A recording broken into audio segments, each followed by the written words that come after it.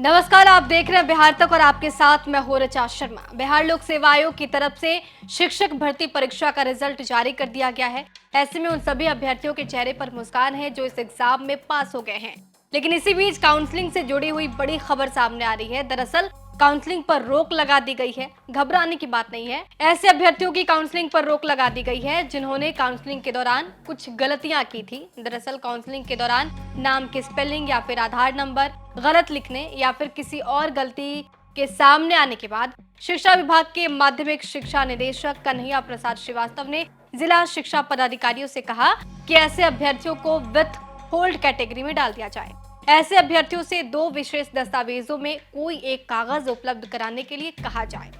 माध्यमिक निदेशक ने जिला शिक्षा पदाधिकारियों को निर्देश दिए हैं कि अभ्यर्थी जिस जिले का स्थायी निवासी है उसी जिले के जिलाधिकारी के सत्यापन प्रतिवेदन प्राप्त कर प्रस्तुत किया जाना है। तो दूसरा मौका ये होगा कि उन्हें दंडाधिकारी की तरफ से हस्ताक्षरित हलफनामा भी तैयार करके उसे देना है जिसकी उसकी पहचान से संबंधित पूरी जानकारी दी गई हो। अब ये दोनों कागजात जो हैं वो 31 अक्टूबर से पहले प्राप्त होने की स्थिति में ही उसे काउंसलिंग के लिए आमंत्रित किया जाएगा। माध्यमिक शिक्षा निदेशक कन्हैया प्रसाद श्रीवास्तव ने सभी जिला शिक्षा पदाधिकारियों को लिखा है कि इन परिस्थितियों में अभ्यर्थियों की पहचान को स्थापित करने में दिक्कत हो रही है। ऐसे में सत्यापन करने में काफी मुश्किलें आ रही हैं। आपको बता दें कि बिहार में शिक्षकों के दूसरे चरण की भर्ती जल्द ही होने वाली है।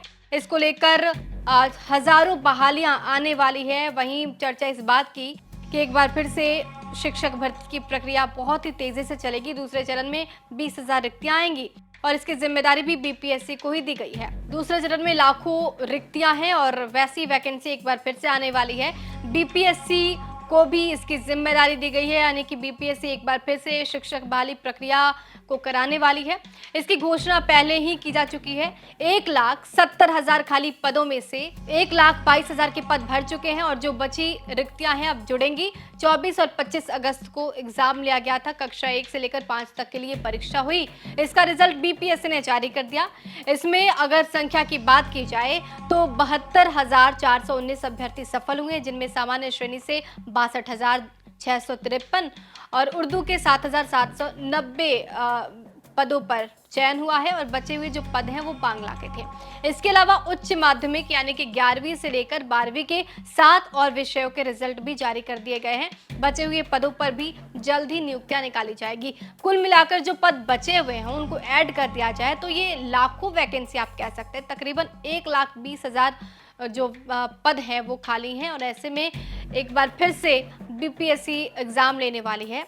हालांकि फिलहाल अभी जो काउंसलिंग में गलतियां निकाली जा रही है उन अभ्यर्थियों की मुश्किलें यहाँ पर बढ़ती हुई नजर आ रही है। ऐसे में ये खबर कि अब आप काउंसलिंग के दौरान जो भी नाम लिखते हैं उसमें बिल्कुल भी अपने नाम में गड़बड़ी मत कीजिए। लेकिन अभी जिन्होंने ऐसा किया है उनके पास ये 2 तरीके हैं ताकि वो काउंसलिंग में शामिल हो पाए। आपको ये खबर कैसी लगी हमें कमेंट बॉक्स में जरूर बताइए।